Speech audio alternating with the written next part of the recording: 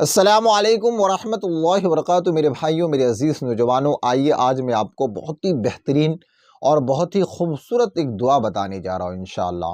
مجھے امید ہے کہ اگر آپ انشاءاللہ اس دعاؤں کو یاد کریں گے انشاءاللہ تو یقیناً آپ کو اس سے بہت زیادہ فائدہ حاصل ہوگا۔ اس لیے میرے بھائیوں، میرے عزیز نوجوانوں، آپ ان دعاؤں کو یاد کرنے کی کوشش کریں، اور اب جب نماز پڑھیں نا تو نمازوں میں ان دعاؤں کو ضرور شامل کیا کریں۔ اس دعاؤں کو پڑھ کر دعا مانگا کرے، اللہ سے مانگیں۔ جب بھی آپ کو اللہ سے مانگنے کا ارادہ ہو نا، نماز کے بعد ہو یا جب بھی آپ کو موقع ملے، اللہ سے مانگنے کا ارادہ ہو تو اس دعاؤں کو ضرور شامل کرا کریں۔ اور یہ دعا حدیث میں موجود ہے، اور اللہ کے نبی صلی اللہ علیہ وسلم نے فرمایا کہ اس دعاؤں میں تین چیز ہے۔ نمبر ایک پہ کیا بتایا؟ نمبر ایک پہ بتایا کہ اپنے گناہوں کی معافی مانگنا، کیونکہ بغیر گناہ معاف کیے بھی ہم جنت میں جا نہیں سکتے، اور جنت میں جانا ہر انسان کا خواہش ہوتا ہے، ہر انسان کا تمنا ہوتا ہے کہ وہ جنت میں جائیں۔ ظاہر سی بات ہے کہ جب ہماری گناہ معاف ہوں گے تبھی ہم جنت میں جا سکتے ہیں۔ تو اس دعا کے اندر کیا ہے کہ گناہوں کی معافی مانگنا، اللہ سے معافی طلب کرنا۔ اے میرے پروردگار، اے میرے خدا، اے میرے رب، ہماری گناہوں کو معاف فرما دیجئے۔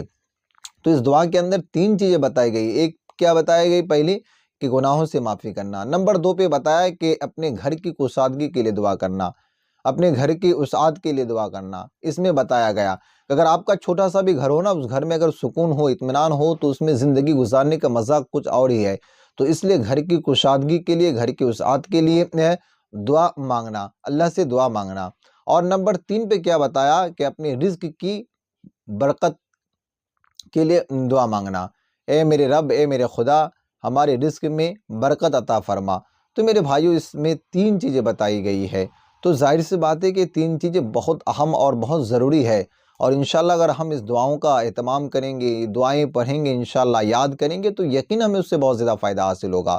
تو اسی لیے میرے بھائیوں، میرے ماں بہنوں، آپ اس دعاؤں کو ضرور یاد کرنے کی کوشش کریں، اور آپ جب بھی نماز پڑھیں یا جب بھی آپ کو دعا مانگنے کا من ہو، جب بھی اللہ سے آپ کو مانگنے کا من ہو نا، تو اب اس دعا کو ضرور پڑھا کریں، ضرور یاد کیا کریں، ضرور دعاؤں میں شامل کیا کریں، تو یقیناً آپ کو اس سے بہت زیادہ فائدہ حاصل ہوگا۔ تو یہ دعا کون سی ہے میں آپ کو اسکرین پہ دکھاتا ہوں، آپ اس کو ضرور یاد کرنے کی کوشش کریں۔ اللہم اغفر لی ذنبی ووسع لی فی داری وبارک لی فی رزقی، کہ اے اللہ، اے میرے رب، ہمارے گناہوں کو معاف فرما، میرے گناہوں کو معاف فرما دیجئے۔ اللہم اغفر لی ذنبی، میرے گناہوں کو معاف فرما دیجئے اے میرے خدا۔ ووسع لی فی داری وبارک لی فی رزقی، اور میرے گھر میں کشادگی عطا فرما، میرے گھر میں وسعت عطا فرما، میرے گھر میں اطمینان و سکون عطا فرما۔ ووسع لی فی داری، میرے گھر میں وسعت عطا فرما، کشادہ عطا فرما۔